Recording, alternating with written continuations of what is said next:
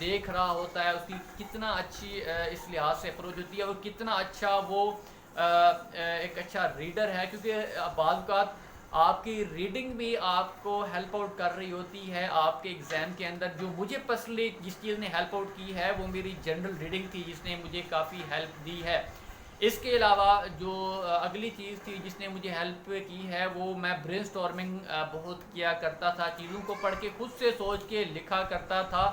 یہ چیز بھی وہاں پہ، اس چیز نے بھی میری وہاں پہ ہیلپ کی ہے، لہٰذا آپ برین سٹارمنگ کی بھی پریکٹس کریں۔ اب میں آپ کو اس طرح بتا سکتا ہوں کہ جب آپ جم پہ جاتے ہیں تو آپ اپنے مسلز بناتے ہیں، آپ اس طرح کی ڈفرینٹ غذائیں کھاتے ہیں جس سے آپ کے مسل ڈیولپ ہوتے ہیں۔ اسی طرح آپ اس طرح کر سکتے ہیں کہ آپ اپنے مائنڈ کی بھی پریکٹس کر سکتے ہیں۔ جتنا زیادہ آپ کی برین سٹارمنگ کی پریکٹس ہوگی، برین سٹارمنگ میں کہتا ہوں کہ آپ کی ایک سکل ہے، اس کو ڈیولپ کریں۔ سی ایس ایس اسپیرنٹ کو تو یہ سکل ہر صورت میں ڈیولپ کرنی چاہیے۔ I highly recommend. ایک تو کریٹیکل انالیسس اس کا اچھا ہونا چاہیے، دوسرا اس کی برین سٹارمنگ اچھی ہونی چاہیے، اور تیسرا اس کو انالیٹیکلی بھی اچھا ہونا چاہیے، کیونکہ ایگزامینر اب انالیٹیکل سکل پہ ہی توجہ دے رہا ہے، لہٰذا سی ایس ایس آپ کے آرگومنٹس کا پیپر بن چکا ہے جو ایک آرگنائز فارم میں ہو، جس میں کوہیرنسی ہو۔ اب دیکھو یہ پریکٹس سے آتی ہیں چیزیں، جب تک آپ پریکٹس نہیں کرتے، آپ سارا سال پڑھتے رہتے ہیں، پتہ نہیں کتنی بکس پڑھ لیتے ہیں، لیکن آپ پریکٹس نہیں کرتے۔ لہٰذا آپ نے پریکٹس ضرور کرنی ہے۔ آپ سلیبس کو 6 سے 7 مہینے میں کور کریں، اس کے بعد اپنی پریکٹس جاری رکھیں، ہر سبجیکٹ پہ پریکٹس کریں، ہر سبجیکٹ کا رول ہوتا ہے۔ لہٰذا موسٹلی اسپیرنٹس جو ایک چیز ہوتی ہے انگلش گرامر اور انگلش ایسے، وہ اس کو اگنور کرتے ہیں، سارے سبجیکٹ کو ٹائم دے رہے ہوتے ہیں، سارے سبجیکٹ کو اچھے انداز میں پڑھ رہے ہوتے ہیں، لیکن وہ انگلش کو بالکل نہیں اٹھاتے، انگلش کو بالکل ٹائم نہیں دیتے، جس کی وجہ سے وہ فیل ہو جاتے ہیں۔ حالانکہ سارے سبجیکٹس پاس ہوتے ہیں، صرف انگلش ہی فیل ہوتی ہے۔ لہٰذا آپ نے یہ غلطی نہیں کرنی، آپ نے انگلش کو بھی اپنے ساتھ چلانا ہے۔ آپ 2 سبجیکٹ چلائیں، 3 سبجیکٹ چلائیں، انگلش کو آپ ڈیلی بیس پہ کریں، ایسے لکھیں، چھوٹے چھوٹے ایسے لکھیں، انٹروڈکشن لکھیں، آؤٹ لائن لکھیں، ان کو ایویلویٹ کرائیں، وہ اپنے دوستوں سے چیک کرائیں، اپنے مینٹور سے چیک کرائیں۔ تو یہ آپ اگر کرتے رہیں گے تو انشاءاللہ آپ کبھی بھی فیل نہیں ہو سکتے۔ یہ اتنا بڑا امتحان نہیں، اتنی بڑی مطلب کوئی توپ چیز نہیں ہے جو آپ نہیں کر سکتے، آپ کر سکتے ہیں، آپ کے اندر پوٹینشیل ہے۔ آپ دیکھو نا 12 سبجیکٹ ہیں، آپ اگر جو بچہ جو کینڈیڈیٹ گریجویٹ ہوتا ہے وہ تقریباً کتنے سے 50-60 سبجیکٹ سے اوپر سبجیکٹ پڑھ چکا ہوتا ہے، اس کو پاس کر چکا ہوتا ہے۔ لہٰذا سی ایس ایس کو پاس کرنا بھی مشکل نہیں ہونا چاہیے، کیونکہ ہم چیزوں کو بڑی لائٹلی لے رہے ہوتے ہیں، ان کے پریکٹس نہیں کر رہے ہوتے۔ کوئی ایک آدھ سبجیکٹ ایسا ہو جاتا ہے جو ہم اس کو بالکل کرتے نہیں ہیں، جس کی وجہ سے ہم فیل ہو جاتے ہیں، باقی سبجیکٹ بھی فیل ہو جاتے ہیں۔ لہٰذا آپ نے یہ بھی غلطی نہیں کرنی۔ اور دوسرا اپنی کرنٹ افیئر کے اوپر آپ نے اپنے کرنٹ افیئر کے اوپر بھی کافی توجہ دینی ہے، کرنٹ افیئر کو اچھی طرح سے کرنا ہے۔ آپ نے کرنا نہیں بلکہ آپ نے لکھنا ہے، اپنے لکھنے کی پریکٹس کریں۔ آپ جب لکھنے بیٹھیں، کویسچن کو اٹیمپٹ کریں، تو آپ ٹائم سیٹ کریں کہ میں نے 30 منٹ میں اس کویسچن کو سالو کرنا ہے تو کرنا ہے۔ لہٰذا آپ نے جو چوتھی چیز کرنی ہے وہ ہے اپنی ٹائم کی مینجمنٹ، کیونکہ جتنے بھی اسپیرنٹس میں نے دیکھے ہیں، ایون مجھے بھی یہ پرابلم فیس کرنا پڑا ہے، لیکن مجھے یہ صرف ایک پیپر میں کرنا پڑا ہے، وہ صرف ایسے کا پیپر تھا، باقی میں نے اپنا ٹائم مینیج کر لیا تھا۔ لہٰذا جتنا زیادہ آپ لکھیں گے، جتنا آپ کی رائٹنگ سپیڈ ہوگی، جتنا آپ سوچنے کی ایبیلٹی ہوگی، اتنا زیادہ آپ جلدی پیپر کو سولو کر لیں گے، اور اس طرح کے جو ٹائم مینجمنٹ کا ایشو ہے وہ آپ کو بالکل نہیں ہوگا۔ اور پانچویں چیز جو میں آپ کو بتانا چاہتا ہوں، یہ سی ایس ایس کا جو امتحان ہے وہ آپ کے نروز اور سائیکولوجیکل ٹیسٹ بھی ہے، کیونکہ آپ نے ایک دن میں 2 پیپر دینے ہوتے ہیں۔ ایک پیپر صبح 9 سے شروع ہوتا ہے اور 12 بجے تک ہوتا ہے، دوسرا پیپر درمیان میں 2 گھنٹے کا وقفہ ہوتا ہے، اس کے بعد 2 سے 5 بجے تک آپ نے پیپر دینا ہوتا ہے۔ تو یہ دیکھیں کتنا ایک 6 دن میں آپ نے 12 پیپر دینے ہوتے ہیں، ایک پریشر بھی ہوتا ہے، پریشر بلڈ اپ ہو چکا ہوتا ہے، لہٰذا آپ نے اس پریشر کو بالکل آپ نے برداشت کرنا ہے۔ اور اگلی جو چیز ہے، 7ویں چیز، وہ یہ کرنی ہے کہ آپ نے اپنی نیند کے اوپر بالکل کمپرومائز نہیں کرنا، کیونکہ جب تک آپ کے نروز کنٹرول میں نہیں ہوتے تو آپ پراپرلی اپنے دماغ سے کوئی چیز پروڈیوس نہیں کر سکتے. آپ کے اندر پروڈکٹیوٹی کی لیکنگ ہو جاتی ہے جس کی وجہ سے آپ پیپر میں اچھا پرفارم نہیں کر سکتے. لہٰذا آپ نے اس پوائنٹ کو ذہن میں رکھنا ہے کہ آپ نے اپنی نیند بھی ایٹ لیسٹ 6 گھنٹے یا 7 گھنٹے تو آپ نے ضرور سونا ہے.